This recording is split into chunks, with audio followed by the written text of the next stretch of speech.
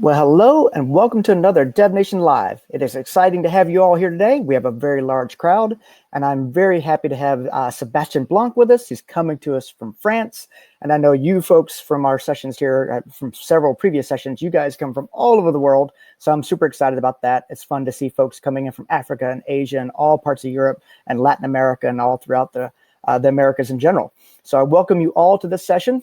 And we're going to dive right in. He's going to take us into the Keycloak land and show us how to build secure-based applications or secured applications on Spring Boot specifically. So let's get started. Sebastian, take it away. Hi, everyone. So thank you very much for attending my session.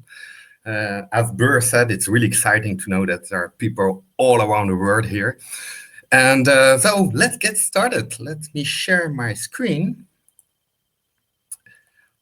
Okay, let's go and let's move to my slides. And here we go now. So let me just quickly introduce myself. I'm Sebastian Blanc. I'm working for Red Hat now for 5 years, and I'm part of the Keycloak team. You can follow me on Twitter here. You can see my Twitter handle. I'm based in the southeast of France. Usually it's really hot and sunny, but since yesterday it's snowing, so you cannot imagine how crazy it is, and I'm so happy to be a remote worker right now. Okay, so I'm going to talk to you about security. Yeah, security, well, it can sound a bit boring and complicated, but whatever project you will be building, there will be a moment that you have to tackle security, that you have to add an authentication flow, that you have to manage users. And believe me, if you do that by yourself, you will do it wrong. What we really want is to delegate our security. Just like how Kim does, she delegates her security to a bodyguard.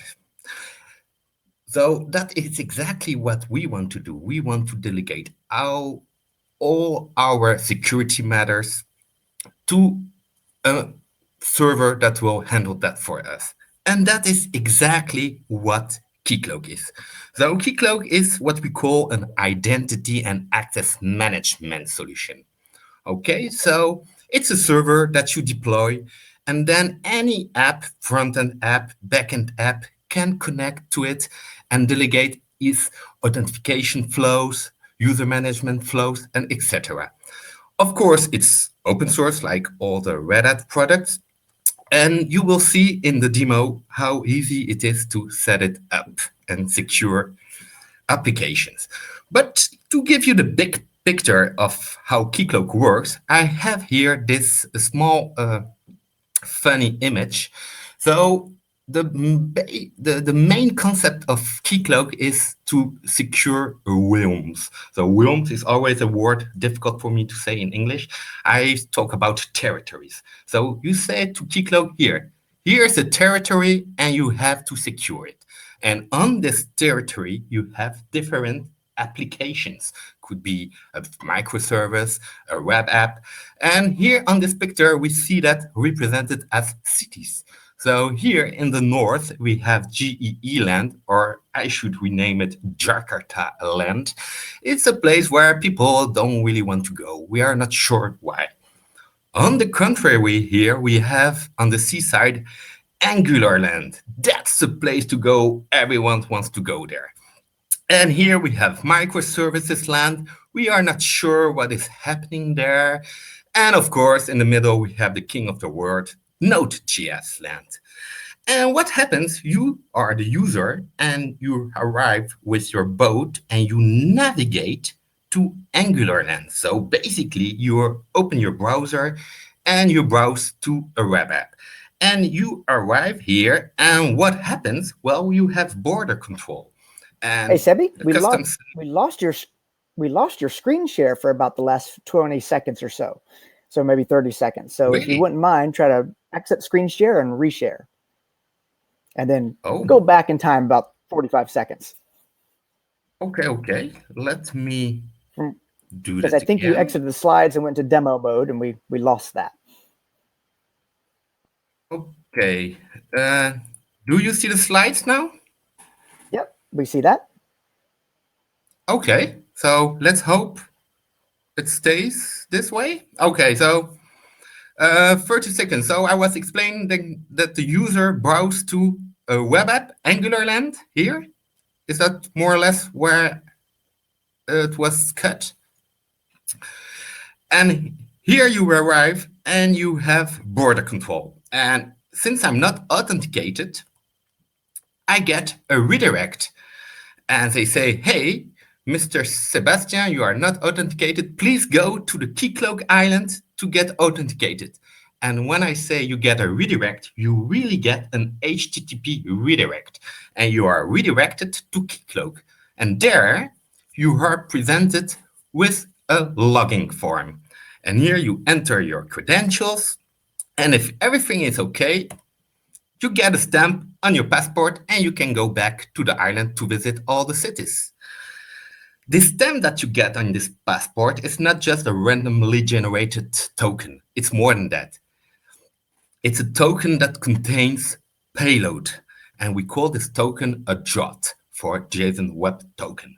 So I won't spend too much time on that because I want to keep time for the demo, but basically a JWT is a token that contains all the information that is needed by the different application to check if you have the correct role, if you are still connected and stuff like that.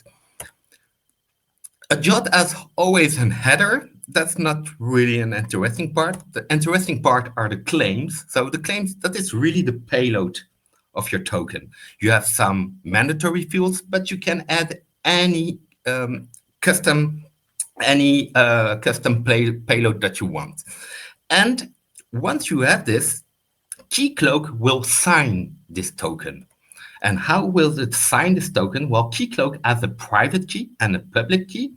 He will use his private key to make the signature of the token. And that means that if anyone wants to take your token and change something to it, well, the signature won't be valid anymore. That is how the token looks like once it's compressed. And when an app receives this token, it has to verify the signature. And how does that happen? Well, the application has access to the public key of Keycloak, and it will use this public key to verify the signature of the token. If it's okay, we can move on with the request. Okay, so that is basically how Keycloak works. Quickly before moving to the demo, so Keycloak is an out-of-the-box solution. You can just unzip the server and you're ready to go. I already mentioned it's open source. By default, we try to push forward the OpenID Connect protocol, but in cases you still have apps working with SAML2 or Kerberos, we also support that. If you want to add some social login like Facebook or GitHub or Twitter, whatever, it's just a matter of a few clicks. And you have that user federation. Imagine you have an LDAP server running in your organization. Well, with Keycloak, you can bridge to this LDAP. SSO, single sign-on, that means that if you are logged into one app and you open another tab in the same realm, you don't have to log in again. We have SPIs, that means interfaces and classes that you can extend to create your own Keycloak extensions. User account management, that means that a user that is connected has also access to his own profile to reset his password, change his user details, and etc. Beside that, we have public key rotation, brute force detection. Another really one cool is one-time password if you want to add an extra layer of security to your authentication process.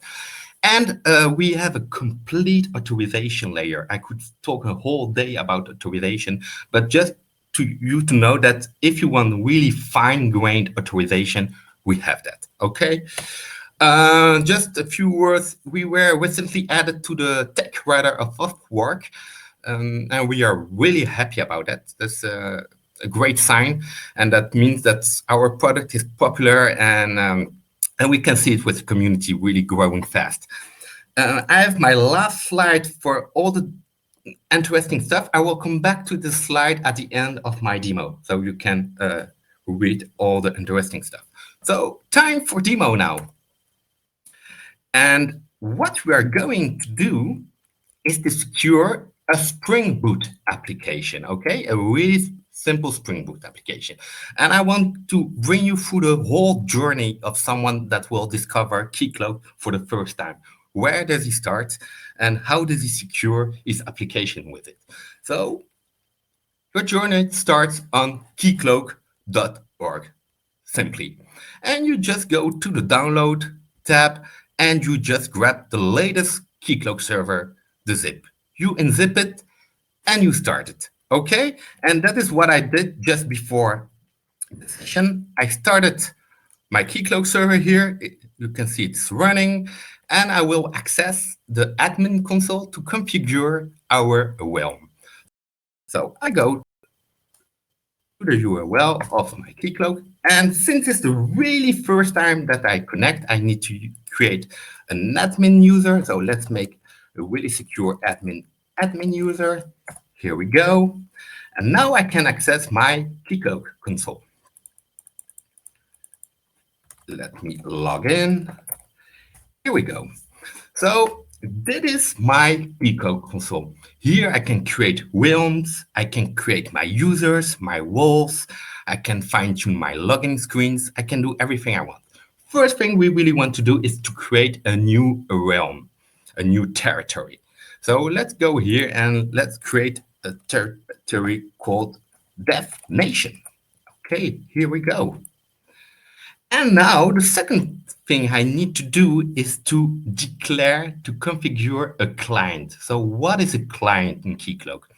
A client in Keycloak is whatever app it will secure. So a client could be a backend app, a frontend app, a microservice, whatever. It's a client for Keycloak.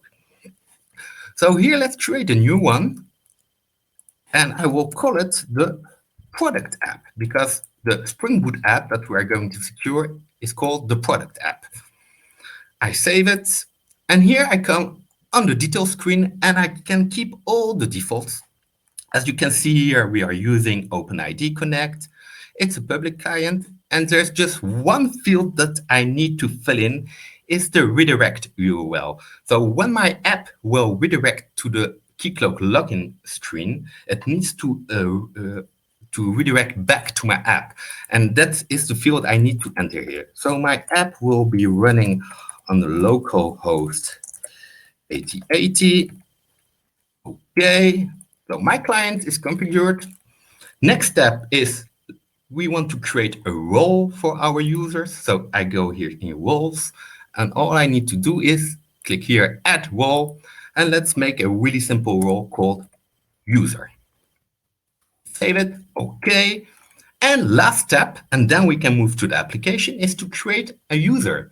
So let's go in the user tab, and here I do add user, and the only mandatory field here is the username. You can fill in the other stuff if you want, but for the demo, let's keep it to the username. Let's create a user called Sebi. We save it. Sebi is my nickname, by the way. Credentials. By default, your user don't have any credentials. You need to create some default credentials. So let's create a default credential for him, password. And here I remove this tab. If I leave it so, the first time you connect, you have to change it. But here for demo purposes, I remove it. We set password, okay. And the last thing is to assign the role user to Sebi. Okay, we're good to go now. My Keycloak server is configured. So you saw it took me 4 minutes to configure the wheel. Let's go now to the app. Let me show you the app that we are going to secure. So it's a really simple Spring Boot app. It's a Spring MVC app with a landing page, really simple landing page, as you can see, with one link to my products. And my products, let's take a look here. It's a template, and it will iterate through a list of products. And that is the page that we want to secure. If we take a look at the code, it's a really simple Spring Boot app. As you can see here, I declare it as a Spring Boot app, and I have just one controller with a mapping, a get mapping to products, where I put a hard-coded list of products in my model.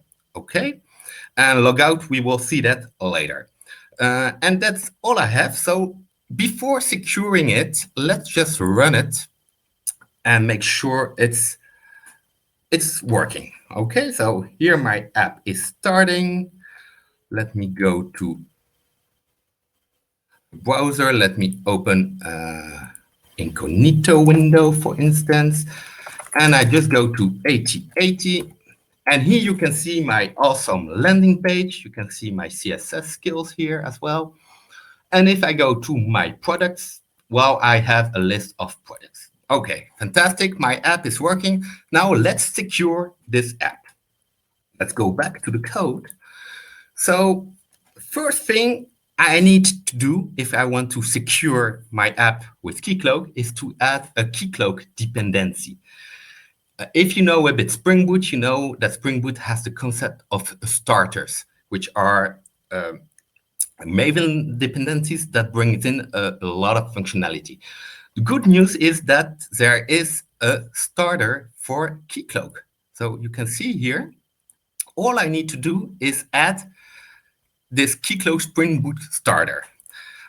Just one moment, even better, if you are creating a new app from scratch, you probably will be using the Spring initializer. Well, app really good news here, because if you want an app with web, okay, but look, you can also add Keycloak here. So Keycloak is present on the start.spring.io. That was just to mention that, but of course, for demo purposes, I already built the app. Otherwise, I won't be able to do that in 30 minutes.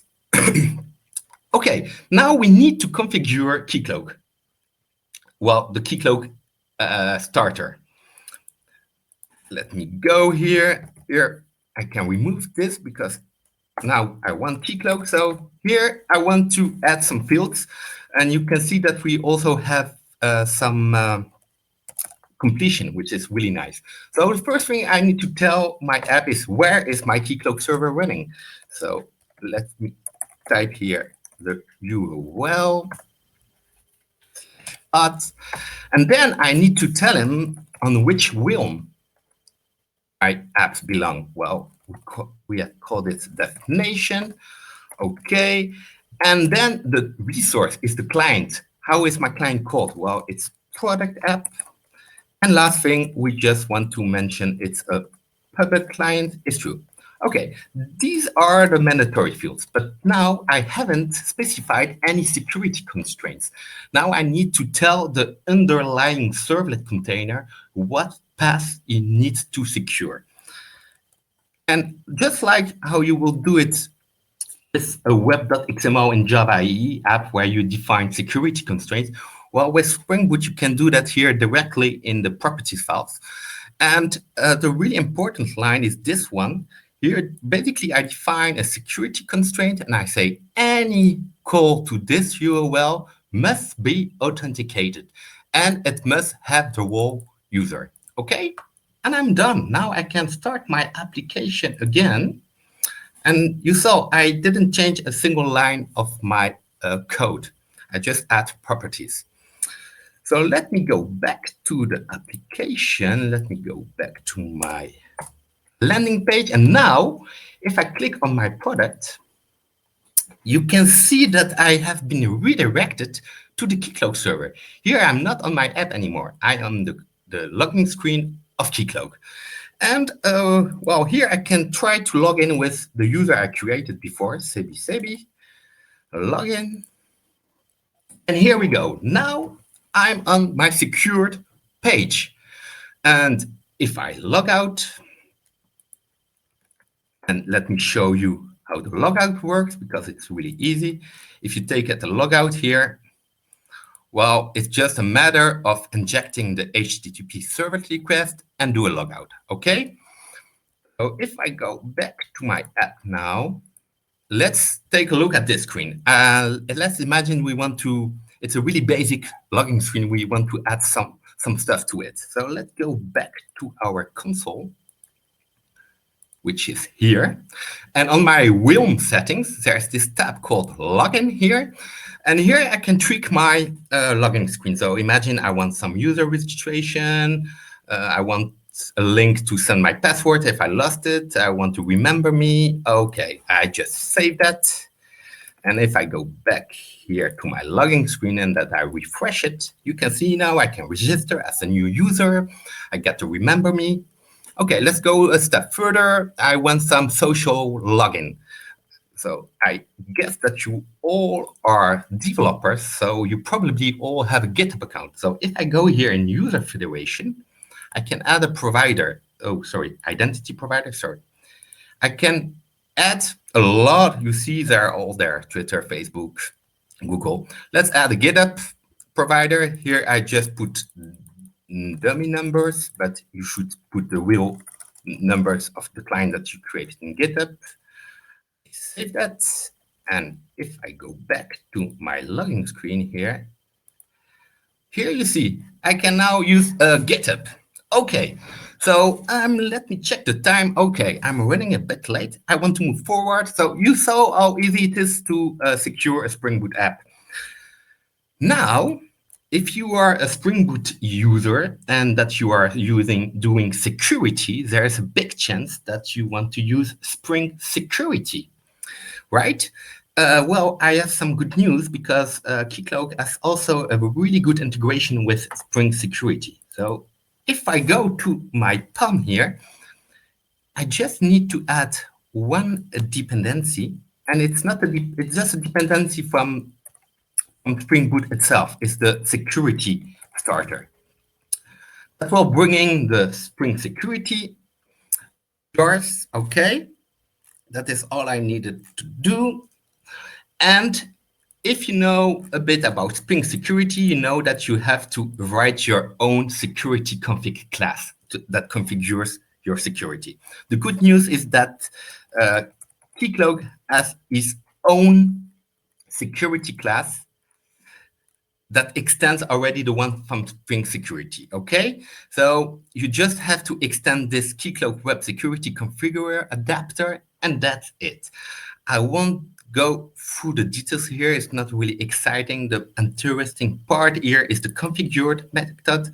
And here, just the same as we did in the properties, here I just say, well, any call to products should be authenticated with the role user.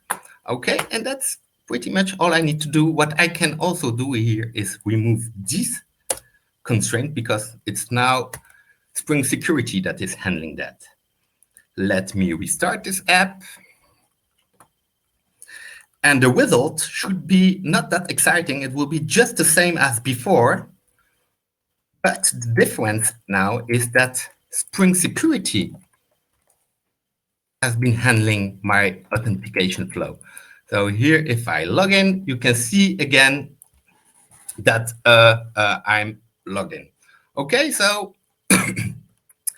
let me show you how I can really easily, for instance, inject my principal. Imagine I want to print out the username that is logged in. Okay, so how could I do that? Well, here in my get products method, I could just inject my principal,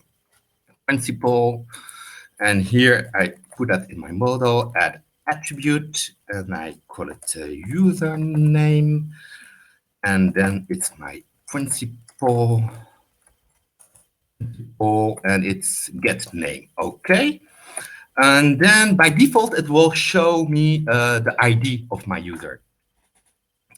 Because you have to specify otherwise if you want something, the username itself. So let me just change the template here, the product template, and here instead of my products, it's hello, and here I call my user a name. Okay, so I save that, and if I restart my app, and I go back to my landing page. You can see hello. Well, here it's ID, but it's just a matter of adding a property in the config file to specify that you want the username to be printed out. I'm running a bit out of time, so I skipped this part. I have 5 minutes to show you something really exciting. It's what we're doing here. We're trimming a hard-coded list that is bad. What we would like here instead of this is another service, a microservice that return us a list of products. Okay, and I'm going to try to show you that how a Spring Boot app can call another app, in this case a microservice, in a secure way. And again, it's pretty easy to achieve. So first, let's take a look at the other app. So the other app is also Spring Boot app. Just for the fun, I made it in Kotlin because it's really easy to create apps in Kotlin. And here again, it's just one mapping that returns products. And here, just to make sure it's different products, it returns a Windows Phone and a BlackBerry. And I define here the same security constraints as you saw before, and it's running on another port. Okay, so I'm running my app here. And just let's make sure if I go on the local host 8080. Okay, whoa, it was freezing. Come on. Local host 8081/products. Okay, that's good news because I got an unauthorized here. That means that my service is secured. It should only work if it's called with a valid token. So let's change our product app so it calls this service. If you are used to Spring Security and Spring Boot apps, you know probably about the REST template. REST template is a class that makes it easy to create REST calls. Well, the good news again is that we have just the same. We have a Keycloak template that you can use for this. So if I go here and I Keycloak REST template, and I put here my template, I can inject my template. And now, instead of doing that, so what I will do here is calling my Kotlin service running here and put the result, the response body here. Okay, so let me restart this app. And now, if you understand well what all happened, I should make a call to my Kotlin app passing the token that I got when I authenticated myself. But because of the Keycloak REST template, I don't have to deal with that. I just do a get here. Okay, so let's make sure. Let's log out. Let's go to my products. And hey, here you go. You see, I got here my Windows Phone and BlackBerry. That means that I've been able to make a call to my Kotlin service that was running here, and that is secured by default. Okay, so I have pretty much what I wanted to show you. I know it's a lot of stuff, but if I go back here to my last slide here. So if you want to, I have a blog post about what I just showed here. So if you go here, you will see the whole story that I just showed you in a blog post. I have a GitHub repo that shows that you can just fork and play with it. More generally, if you want to start with Keycloak, as I show you, you should start on the keycloak.org page. We have a download page to download the Keycloak server, of course.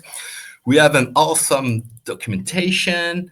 And if you have any question, we are doing that the old school way, but it's the best way, in my opinion. We have a mailing list. We don't have any chat or something like that. Just subscribe to the mailing list and ask us questions there. if you want to see other quick starts, not only Spring Boot but maybe Java EE or Node.js or whatever, we support a lot of technologies. Just go to the quick start repo and you will have some repos you just can fork to play with different use cases. And I think I'm done. So let me go back to here. Let me stop my screen share. And Awesome. That is super cool. And actually, I provided the link to your slide deck, which means dozens of people have already jumped on it. But let's do this. There's a lot of questions, but we're going to just rapid fire them. You just give a quick answer. OAuth, right? That's good. No problem there? No problem, yeah. OpenID Connect is just a layer above OAuth 2. So right. yeah, we provide, a Keycloak can act as an OAuth 2 server. Okay, Spring Boot 2, any concerns there? Oh, yeah. Oh, I forgot. Yeah. So maybe people knew that today Spring Boot 2 was released. That was big news. Well, I have some good news because we have a pull request hanging since a few weeks. And each time that there's a new release candidate, I'm updating the pull request. And this morning I used the final release and it's still working. So there's a small polishing to do, but expect in the next Keycloak release also the Spring Boot 2 adapter. And I think it's in 3 weeks that we will make a release. So yeah. Okay, so we got to go a little faster. The answers have to be like 2 words. Where does Keycloak store its data? Whatever you want, MySQL or Postgres by default. Okay, fantastic. And if I use social login, does that user get created in that database? You can choose to, yes or no. You can choose that. You can configure that if you want. Okay. What about FIDO UTF? Okay. To be honest, I cannot tell anything about it. But yesterday we have the team meeting, and there was some discussion on this topic. So we are doing stuff around it. I cannot tell more. You should reach out on the mailing list for more information. And how about PAM, P-A-M? PAN. What is that again? I don't remember. Sorry. I don't know that one either. I was hoping you did. I know that. You can reach out on mailing list. Yeah, we're out of time, unfortunately. We did add the presentation link on the chat. Also, there were some questions around how do I theme the login screen and all that. We added those URLs to the chat so you guys can see how to theme it. We also added the URL to the LDAP and AD integration because that was a common question. Please do hit Sebi up on Twitter. That's where you can find him. Hit me up on email or Twitter, and we'll try to get more of your answers to you in the future. But thank you so much for your time today, all of you. We had several hundred of you on this call, and I know there were some bandwidth issues for some of you watching, but also dozens joined the slide deck, so I know that that actually went through. Sebi, awesome job on the demonstrations as always. Thank you so much for that. Thank you. All right, and thank you all, and have a great day.